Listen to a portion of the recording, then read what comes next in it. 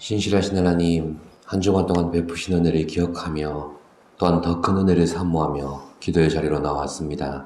말씀으로 인도하여 주옵시고 주님의 뜻을 깨달아 순종하는 복된 하루가 되게 하여 주시옵소서. 예수님의 이름으로 기도드립니다. 아멘. 찬송가 405장입니다.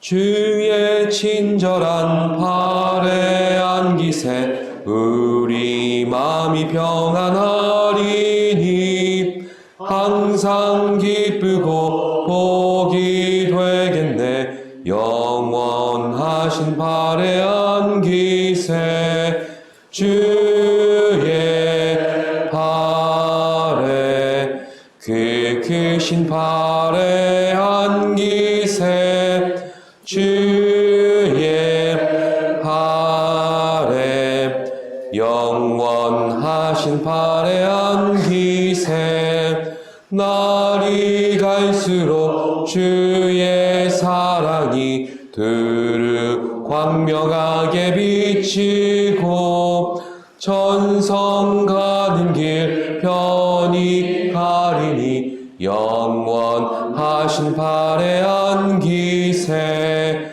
주의 발에 그 크신 발에 안기세 주의 발에 영원하신 발에 안기세 주의 보좌로 나갈 때에 기뻐 찬미소리 외치고 겁과 두려움 없어지니 영원하신 발에 안기세 주의 발에 그 크신 발에 안기세 주의 발에 영원하신 발에 안기세.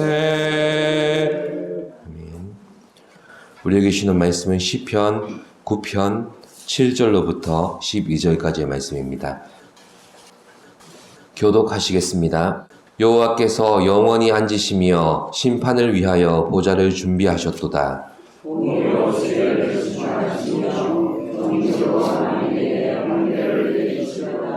여호와는 압제를 당하는 자의 요새이시요 환난 때의 요새이시리로다. 여호와여 주의 이름을 아는 자는 주를 기사하오니 이는 주를 찾는 자를 영원히 하시니라. 너희는 시온에 계신 여호와를 찬송하며 그의 행사를 백성 중에 선포할지어다. 피 흘림을 신문하시는 이가 그들을 기억하시며 가난한 자의 부르짖음을 잊지 아니하시도다. 아멘. 지난 시간에는 시편 9편 1절에서 6절까지 말씀을 통해 다윗의 감사를 살펴보았습니다. 특히 다윗의 감사는 과거와 현재 또 미래의 시제로 이어지고 있습니다. 과거의 감사를 기억하며 자신에게 주어진 어떤 상황 속에서도 의지를 가지고 감사하고자 했던 그의 태도가 바로 전심으로 감사였습니다. 그렇습니다. 성도의 감사는 의지적인 것입니다. 감사할 조건이 충족되어 감사하는 것은 세상 누구나 할 수 있는 반응일 뿐입니다. 그러나 성도는 이미 베푸시는 구원의 은혜와 과거에 행하신 일들을 기억하며 의지를 가지고 감사할 때 조건이 아니라 믿음으로 감사하게 되는 것입니다. 또한 이것은 다윗의 감사일 뿐만 아니라 여러 믿음의 사람들의 감사의 태도이기도 했습니다. 특히 다니엘의 감사가 바로 이런 의지적인 감사를 보여줍니다. 왕 외에는 그 누구도 섬길 수 없다는 다리오 왕의 금령 앞에 그는 어떻게 행동했습니까? 다니엘서 6장 10절 말씀입니다. 다니엘이 이 조서에 왕의 도장이 찍힌 것을 알고도 자기 집에 돌아가서는 윗방에 올라가 예루살렘으로 향한 창문을 열고 전에 하던 대로 하루 3번씩 무릎을 꿇고 기도하며 그의 하나님께 감사하였더라. 아멘. 그렇습니다. 하나님을 인정하지 않는 이방인의 땅에서 또 목숨을 걸고 기도하는 다니엘의 감사는 결코 조건으로 인한 감사가 아닙니다. 의지적인 감사이며 전심으로 드리는 감사이며 무엇보다 믿음의 감사였던 것입니다. 오늘 본문 7절에서 12절 말씀을 살펴보면 다윗의 감사가 현실과 미래로 이어져서 하나님을 향한 신뢰와 기대로 나타나고 있습니다. 바로 하나님께서 심판을 위해 보좌를 준비하신다고 먼저 고백합니다. 7절 말씀이죠. 합독하시겠습니다. 여호와께서 영원히 앉으시며 심판을 위하여 보좌를 준비하셨도다. 아멘. 과거에 행하신 하나님의 일들을 기억함으로 인해서 오늘 우리 신앙에 주어지는 유익은 무엇입니까? 바로 감사와 신뢰입니다. 하나님의 크신 능력과 구원을 경험한 성도는 그것으로 인해 감사할 뿐만 아니라 오늘 내 삶 속에 역사하시는 하나님을 향한 신뢰를 가지기 마련입니다. 그리고 이 신뢰가 신앙의 방향을 잡아주기도 합니다. 우리가 두려움과 염려, 또 원망과 불평이라는 신앙의 장애물에 이르게 될 때 거기서 낙심과 좌절로 멈춰 서버리는 것이 아니라 하나님을 바라보게 만들어 주는 것입니다. 결국 성도는 오늘 내게 어떤 상황이 주어질지라도 하나님을 신뢰함으로 감사를 드릴 수 있고 더 나아가서 장차 역사하실 하나님을 기대할 수 있게 되는 것입니다. 그래서 본문의 다윗은 오늘의 현실과 또 장차 다가올 그 미래에도 하나님은 여전히 공의로우신 재판장이 되셔서 자신을 그리고 만민을 다스려 주실 것이라 신뢰하고 기대하고 있습니다. 8절 말씀인데요. 함께 보시겠습니다.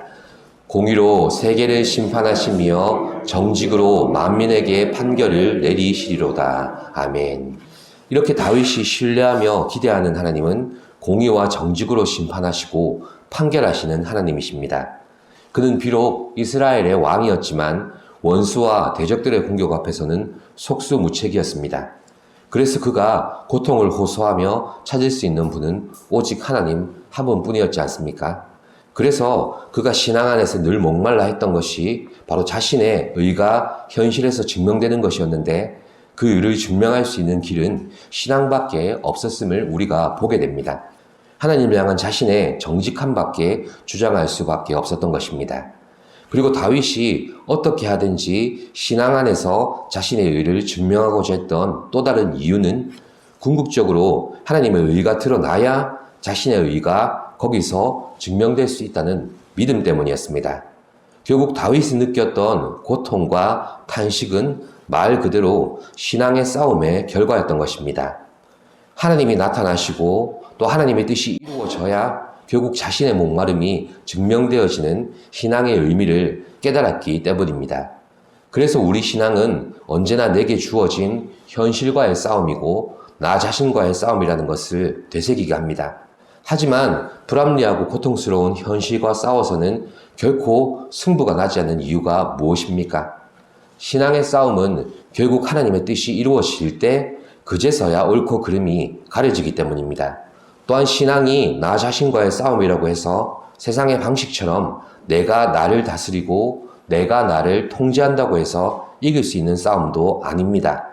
이 싸움의 한계는 내가 나를 비워낸다고 해서 내가 나를 전혀 다른 존재로 만들 수 있는 능력이나 가능성이 없다는 것입니다. 성경은 이 상태를 본질상 죄인이며 하나님의 진노 아래에 있기 때문이라고 진단하지 않습니까? 그래서 9절 말씀은 하나님께서 당신의 목적과 때를 따라 그 의를 나타내시기까지 우리 신앙을 어떻게 지켜주실지를 말씀해 줍니다. 9절 말씀을 함께 보시죠. 여호와는 압제를 당하는 자의 요새이시요 환난 때의 요새이시로다. 아멘. 요새가 무엇입니까? 기본적으로 방어를 위해서 만든 것입니다. 지켜내기 위한 시설인 것입니다. 그러니 하나님의 의가 나타나기까지 또 하나님의 뜻이 온전히 성취될 때까지 신앙으로 기다릴 수밖에 없는 성도들을 거기서 보호하시겠다는 의미입니다. 그때까지 우리를 그 요새에 숨겨주신다는 것입니다. 하나님께서는 우리가 현실에 쫓기며 문제와 대적들에게 내몰려서야 이 요새를 찾는다는 것을 잘 아십니다.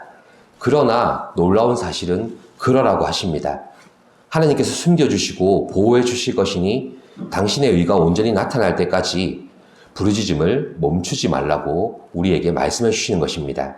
10절에서 11절 말씀이 이를 말씀하고 있습니다. 함께 보시겠습니다. 여호와여 주의 이름을 아는 자는 주를 의지하오리니 이는 주를 찾는 자들을 버리지 아니하심이니이다. 너희는 시온에 계신 여호와를 찬송하며 그의 행사를 백성 중에 선포할지어다. 아멘. 그렇습니다. 현실의 상황이었다 할지라도 하나님은 우리의 요새가 되실 것이며 주를 찾고 부르는 자들을 버리지 않으실 것이라 말씀하고 계십니다. 하나님의 의를 이루시며 그 뜻이 온전히 성취되기까지 우리는 신앙의 싸움을 계속해 나가야 합니다.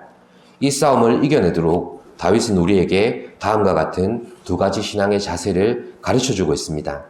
첫 번째로 과거에 행하신 하나님의 일들을 믿음으로 감사할 줄 아는 성도가 되라는 것입니다.